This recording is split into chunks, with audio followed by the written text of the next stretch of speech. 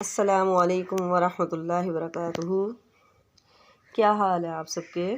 الحمدللہ، اللہ تبارک و تعالی آپ سب کو اپنے حفظ و امان میں رکھے، آمین۔ نحمدہ و نصلی علی رسولہ الکریم، اما بعد فاعوذ باللہ من الشیطان الرجیم، بسم اللہ الرحمن الرحیم۔ رب اشرح لی صدری ویسر لی امری واحلل عقدۃ من لسانی یفقہوا قولی۔ رب زدنی علما، اللہم زدنا علما، اللہم فقہنا فی الدین، اللہم انا نسألک علما نافعا ورزقا طیبا وعملا متقبلا، آمین۔ وائز اور جب اخذنا ہم نے لیا میثاقکم تم سے وعدہ، لا نہیں تسفکون تم بہاؤ گے، دماءکم اپنے خون کو، ولا اور نہیں تخرجون تم نکالو گے، انفسکم اپنے نفسوں کو، اپنی جانوں کو، من دیارکم اپنے گھروں سے، ثم پھر اقررتم تم نے اقرار کیا، وانتم اور تم تشہدون گواہ ہو۔ وائز اور جب اخذنا ہم نے لیا میثاقکم تم سے وعدہ، لا تسفکون دماءکم کہ تم آپس میں خون نہیں بہاؤ گے، یعنی ایک دوسرے کو قتل نہیں کرو گے، ولا تخرجون انفسکم تم اپنے نفسوں کو نہیں نکالو گے، یعنی لڑائی جھگڑے اور جنگ کے وقت ایک دوسرے کو گھروں سے نہیں نکالو گے۔ اب کیا ہے، نبی کریم صلی اللہ علیہ وسلم کے زمانے میں انصار کے دو قبیلے تھے، اوس اور خزرج، ان کی آپس میں آئے دن ہی جنگ رہتی تھی۔ اس طرح یہود، مدینہ کے جو یہود تھے ان کے بھی تین قبیلے تھے، بنو قینقاع، بنو نذیر، بنو قریظہ، یہ بھی آپس میں لڑتے رہتے تھے۔ بنو قریظہ اوس کے ساتھی تھے اور بنو قینقاع اور بنو نذیر یہ خزرج کے حلیف تھے، یعنی ان کے ساتھی تھے۔ اور جب اوس اور خزرج میں جنگ ہوتی تھی تو یہودیوں کے یہ تینوں گروہ بھی اپنے اپنے حلیف کا ساتھ دیتے تھے، ان سے مل کر ان کے دشمن سے لڑتے تھے۔ دونوں طرف کے یہودی یہودیوں کے ہاتھ ہی مارے جاتے تھے، اور جب انہیں موقع ملتا تو ایک دوسرے کے گھروں کو بھی لوٹ لیتے تھے، اجاڑ دیتے تھے، اپنے دیش سے نکال دیتے تھے، جلا وطن کر دیتے تھے، وطن سے نکال دیتے تھے، اور مال و دولت پر بھی قبضہ کر لیا کرتے تھے۔ حالانکہ تورات کے مطابق ایسا کرنا ان کے لیے حرام تھا، لیکن پھر انہی یہودیوں کو جب وہ مغلوب ہونے کی وجہ سے قیدی بن جاتے تو وہ فدیہ دے کر چھڑواتے تھے اور کہتے ہیں ہمیں تو تورات میں یہی حکم دیا ہے۔ اس پر اللہ تعالیٰ نے فرمایا، کیا وجہ ہے کہ میرے اس حکم کو تم نے مان لیا، لیکن میں نے کہا تھا کہ آپس میں کسی کو قتل نہ کرو، نہ گھروں سے نکالو، اسے کیوں نہیں مانتے ہو؟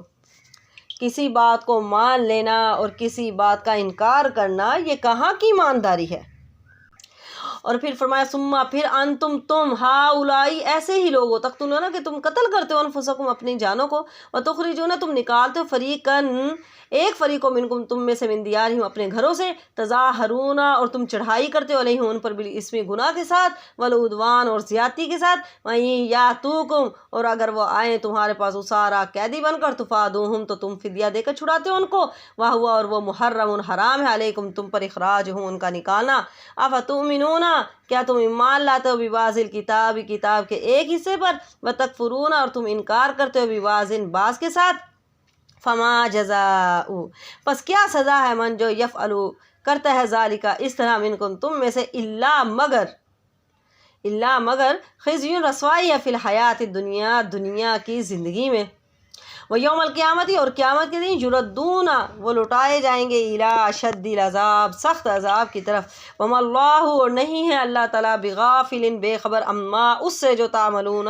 تم عمل کرتے ہو۔ اب یہ جو ہے ثم انتم ہؤلاء کہ تم ایسے لوگ ہو کہ تم قتل کرتے ہو اپنی جانوں کو، یعنی ان کو منع کیا گیا تھا کہ ایک دوسرے کو، تم نے یہودیوں کو منع کیا کہ قتل نہیں کرنا اور تم نے گھروں سے نہیں نکالنا، لیکن انہوں نے قتل بھی کیا، اخراج یعنی گھروں سے بھی نکالا، ایک دوسرے کے خلاف مدد کرنا، یہ سب کچھ ان کی شریعت میں حرام تھا، لیکن انہوں نے ان کاموں کا ارتکاب کیا، ان کاموں کو کیا، اور جو فدیہ دے کر چھڑوا لینے والا جو حکم تھا اس پر عمل کیا انہوں نے۔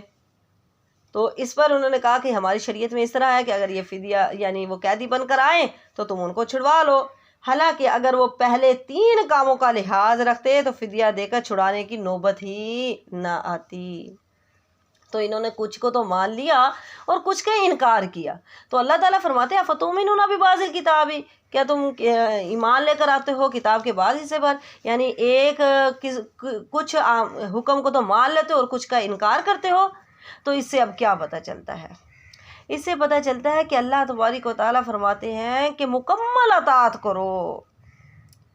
یہ نہیں کرنا کہ کچھ کو مان لیا کچھ کا انکار کر دیا، یعنی ہم نے سارے حکم ماننے ہیں.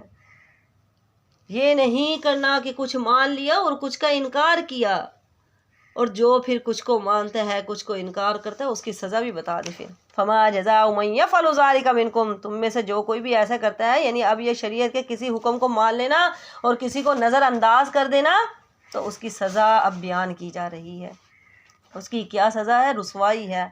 خزی رسوائی ہے فی الحیات دنیا، دنیا کی زندگی میں تو اس کو رسوا کر دیا جائے گا. رسوائی ہے، ذلیل کر دیا جائے گا، رسوا کر دیا جائے گا. اور یوم القیامت، اور آخرت کے دن اس کی کیا سزا ہے؟ یردون الی اشد العذاب، سخت عذاب کی طرف اسے لٹا دیا جائے گا. استغفر اللہ. وما اللہ، اور نہیں ہے اللہ تعالیٰ بغافل، بے خبر، اما اس سے جو تعملون، تم عمل کرتے ہو. جو کچھ بھی ہم عمل کرتے ہیں اللہ تبارک و تعالیٰ سب کچھ جانتا ہے. کچھ پر عمل کیا، کچھ کا انکار کیا، کچھ پر عمل نہیں کیا، تو اللہ تعالیٰ کو سب پتہ ہے. تو اس شخص کے لیے دو عذاب ہے، دنیا میں بھی عذاب ہے، اس کے لیے آخرت میں بھی عذاب ہے. اولئک الذین اشتروا، اولئک یہی لوگ ہیں، الذین، اولئک الذین یہی وہ لوگ ہیں، نشتروا الحیات الدنیا، نشتروا جنہوں نے خرید لی، حیات زندگی، دنیا کی زندگی، بالآخرت آخرت کے بدلے، فلا پس نہیں، یخفف ہلکا کیا جائے گا، عنہم ان سے عذاب و عذاب، ولا اور نہ ہم وہ ینصرون ان کی کوئی مدد کی جائے گی.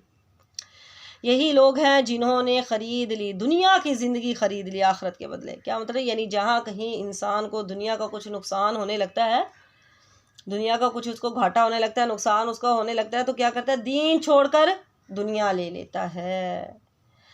آپ صلی اللہ علیہ وسلم نے فرمایا ان فتنوں کے ظاہر ہونے سے پہلے جلد نیک اعمال کر لو جو اندھیری رات کی طرح چھا جائیں گے. آدمی ایمان کی حالت میں صبح کرے گا اور کفر کی حالت میں شام کرے گا، یا ایمان کی حالت میں شام کرے گا اور کفر کی حالت میں صبح کرے گا. یعنی وہ دنیا کے فائدے کی خاطر اپنا دین بیچ دے گا. استغفر اللہ.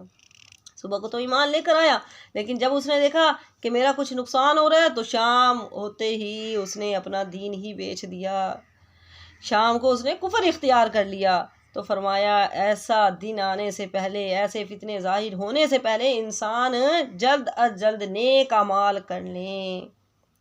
اور پھر فرمایا فلا یخفف عنہم العذاب ولا هم ینصرون، فلا یخفف، نہیں ہلکا کیا جائے گا ان سے عذاب میں کوئی کمی نہیں آئے گی، نہ تو مدت کے اعتبار سے کم کیا جائے گا اور نہ ہی شدت کے اعتبار سے، بلکہ اور زیادہ بھڑکایا جائے گا. عذاب کو اور زیادہ بھڑکایا جائے گا، کم نہیں کیا جائے گا، پورا ان کو عذاب دیا جائے گا. ولا هم ینصرون، اور کوئی بھی ان کی مدد نہیں کرے گا، کوئی بھی مدد کرنے کے لیے نہیں آئے گا. وَلَقَدْ، اور البتہ تحقیق، آتینا، ہم نے دی، موسیٰ کو، الکتاب کفینا، اور ہم نے پے در پہ بھیجا، من بعد، اس کے بعد، رسولوں کو، وآتینا، اور ہم نے دی عیسیٰ بن مریم کو، بینات، روشن دلیلیں، روشن معجزات، وَأَيَّدْنَاهُ، اور ہم نے اس کی مدد کی، بروح القدس، پاک روح کے ساتھ، أَفَكُلَّمَا، پس جب کبھی بھی، جاءکم، وہ لایا تمہارے پر، رسول بما، جو کچھ لا نہیں، تہوا، نہیں چاہتے تھے، انفسکم، تمہارے دل، تمہاری جانیں، استکبرتم، تو تم نے تکبر کیا، ففریقاً، پس ایک گروہ کو، کذبتم، تم نے جھٹلایا، وفریقاً، اور ایک گروہ کو، تقتلون، تم نے قتل کیا. اب یہاں پر اللہ تبارک و تعالیٰ بنی اسرائیل کے ایک اور جرم کو بیان کر رہے ہیں کہ اللہ نے انہیں کتاب دی تو انہوں نے کتاب کو جھٹلایا اور انبیاء کو قتل کر دیا، انبیاء علیہ السلام کو قتل. حضرت موسیٰ علیہ السلام کے بعد مسلسل پیغمبر آتے رہے، یہاں تک کہ بنی اسرائیل میں یہ انبیاء کا سلسلہ حضرت عیسیٰ علیہ السلام پر ختم ہوا. وقفینا، اور ہم نے پے در پے بھیجے اس کے بعد رسول، یعنی حضرت موسیٰ علیہ السلام کے بعد یحییٰ ہو گئے، یوشع ہو گئے، زکریا، داؤد، سلیمان، عیسیٰ، یہ سب موسیٰ اور عیسیٰ کے درمیان میں آئے. وَآتَيْنَا عیسیٰ ابن مریم، اور ہم نے دی عیسیٰ بن مریم کو، یعنی حضرت عیسیٰ علیہ السلام کو انجیل ملی، کتاب انجیل ملی، جس میں بعض احکام تورات کے خلاف بھی تھے، اور اس لیے انہیں نئے معجزات بھی ملے، جس طرح کہ مردوں کو اللہ کے حکم سے زندہ کر دینا، مٹی سے پرندہ بنا کر اس میں پھونک مار کر اللہ کے حکم سے اڑا دینا، بیماروں کو اللہ کے حکم سے اچھا کر دینا۔ یہ حضرت عیسیٰ علیہ السلام کو معجزات دیے گئے تھے، بینات، روشن دلیلیں جو دی گئی۔ وَأَيَّدْنَاهُ بِرُوحِ الْقُدُسِ، ہم نے ان کی مدد کی، یعنی جبرائیل علیہ السلام کے ذریعے کیا ہے، بچپن میں حضرت عیسیٰ علیہ السلام نے کلام کیا، انی عبداللہ، میں اللہ کا بندہ ہوں، اور جب بنی اسرائیل نے قتل کرنا چاہا تو اللہ نے بچا لیا، اللہ تبارک و تعالیٰ نے بچا لیا، اور بنی اسرائیل نے جب عیسیٰ علیہ السلام کو یعنی قتل کرنا چاہا تو اللہ تبارک و تعالیٰ نے بچا لیا۔ فَكُلَّمَا جَاءَكُمْ رَسُولٌ بِمَا لَا تَهْوَىٰ، اور جب پیغمبر کوئی بھی ایسی بات لے کر آتے جن کا ان کا دل نہیں مانتا تھا تو یہ صاف انکار کر دیتے تھے، تکبر کرتے تھے، جن کا دل مانتا تھا مان لیتے تھے، نہیں مانتا تھا تو وہ انکار کر دیتے تھے، انہیں جو مشکل لگ رہا ہوتا تھا انکار کر دیتے تھے۔ فَفَرِيقًا كَذَّبْتُمْ، تو تم نے ایک گروہ کو تم نے جھٹلایا، یعنی حضرت محمد صلی اللہ علیہ وسلم کو جھٹلایا، حضرت عیسیٰ علیہ السلام کو جھٹلایا۔ وَفَرِيقًا تَقْتُلُونَ، اور ایک گروہ کو تم نے قتل کیا، حضرت زکریا کو قتل کیا اور حضرت یحییٰ کو بھی انہوں نے قتل کیا، یہاں تک کہ بنی اسرائیل نے نبی کریم صلی اللہ علیہ وسلم کو بھی قتل کرنے کی سازش کی۔ جب خیبر فتح ہوا تو آپ صلی اللہ علیہ وسلم کو تحفے کے طور پر ایک بکری کا گوشت پیش کیا گیا جس میں زہر بھرا ہوا تھا، تو آپ صلی اللہ علیہ وسلم نے فرمایا جتنے بھی یہاں پر یہودی ہیں سب کو جمع کرو۔ جب سب جمع ہو گئے تو آپ صلی اللہ علیہ وسلم نے فرمایا ایک بات پوچھوں، سچ بتاؤ گے؟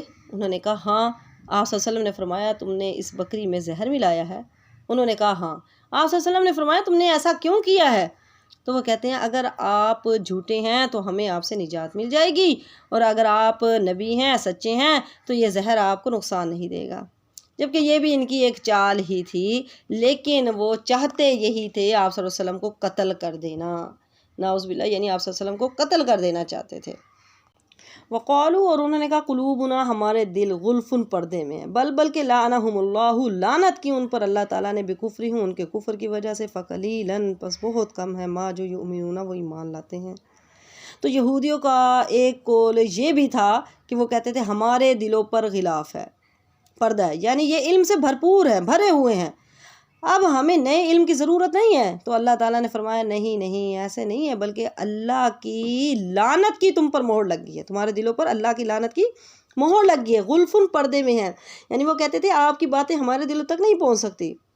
دلوں پر حق بات کا اثر نہ کرنا یہ کوئی فخر کی بات نہیں ہے، بلکہ یہ تو ملعون ہونے کی علامت ہے۔ بلکہ لعنہم اللہ، لعنت کی ان پر اللہ تعالیٰ بکفرہم، ان کے کفر کی وجہ سے، ان کے انکار کرنے کی وجہ سے، کفر کرنے کی وجہ سے ان کے دلوں پر لعنت کی مہر لگی۔ اللہ کی بات، پیغمبر کی بات، قرآن کی بات دل تک کب نہیں پہنچتی، دل کو کب نہیں لگتی؟ جب دل دنیا کی محبت میں ڈوبا ہوا ہوتا ہے۔ تو یہ کوئی فخر کی بات نہیں ہے، بلکہ یہ تو اللہ کی لعنت ہے، اور لعنت کا مطلب کیا ہے کہ اللہ کی رحمت سے دوری ہے، یعنی جس کے دل پر قرآن نہیں اترتا، قرآن اثر نہیں کرتا، قرآن سننے سے بھی دل نہیں پگھلتا، جس کے دل کو قرآن نرم نہیں کرتا، اور جو قرآن پڑھ کر سیکھ کر بھی نیا انسان نہیں بنتا، تو اس کا مطلب یہ ہے کہ اس بندے پر اللہ کی رحمت نہیں ہوتی، اس پر اللہ کی رحمت نہیں ہوتی۔ اور کس وجہ سے کہا؟ ان کے کفر کرنے کی وجہ سے، فقلیلاً، بس بہت کم ہے، ما جو یؤمنون، وہ ایمان لاتے ہیں۔ اس کے دو معنی کیے گئے ہیں، ما یؤمنون، فقلیلاً ما یؤمنون، دو معنی کے کہ کتنا کم ایمان لاتے ہیں، کہ وہ لوگ کتنا کم ایمان لے کر آتے ہیں، اور دوسرا یہ معنی کیا ہے کہ بہت کم لوگ ہیں جو ایمان لانے والے ہیں۔ ولما، اور جب جاءہم، آئی ان کے پاس، کتاب من عند اللہ، اللہ کے پاس ہے، کون سی کتاب؟ یعنی قرآن مجید آ گئی، مصدقاً، جو تصدیق کرنے والی، لما، اس چیز کی، معہم، جو ان کے پاس ہے۔ کیا تھا ان کے پاس؟ تورات تھی۔ وکانوا، اور وہ تھے، من قبل، اس سے پہلے، یستفتحون، وہ فتح کی دعا مانگا کرتے تھے، علی الذین، ان لوگوں پر، کافروا، جنہوں نے کفر کیا، یعنی نبی کریم صلی اللہ علیہ وسلم کے آنے سے پہلے وہ فتح کی دعائیں مانگا کرتے تھے، کن لوگوں پر؟ جنہوں نے کفر کیا۔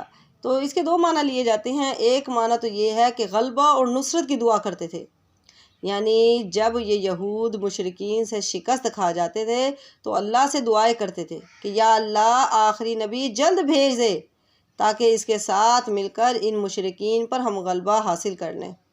اور دوسرا معنی خبر دینے کی ہیں، یعنی یہودی کافروں کو خبر دیتے تھے کہ ان قریب نبی کی بعثت ہوگی، ان قریب نبی آنے والا ہے. لیکن نبی کے آنے کے بعد علم ہونے کے باوجود حسد کی بنا پر ایمان نہیں لے کر آئے. فلما پر جب جاہم آ گئے ان کے پاس ما جو عرف، انہوں نے پہچان بھی لیا تھا کیونکہ ان کی کتابوں میں ساری نشانیاں موجود تھیں.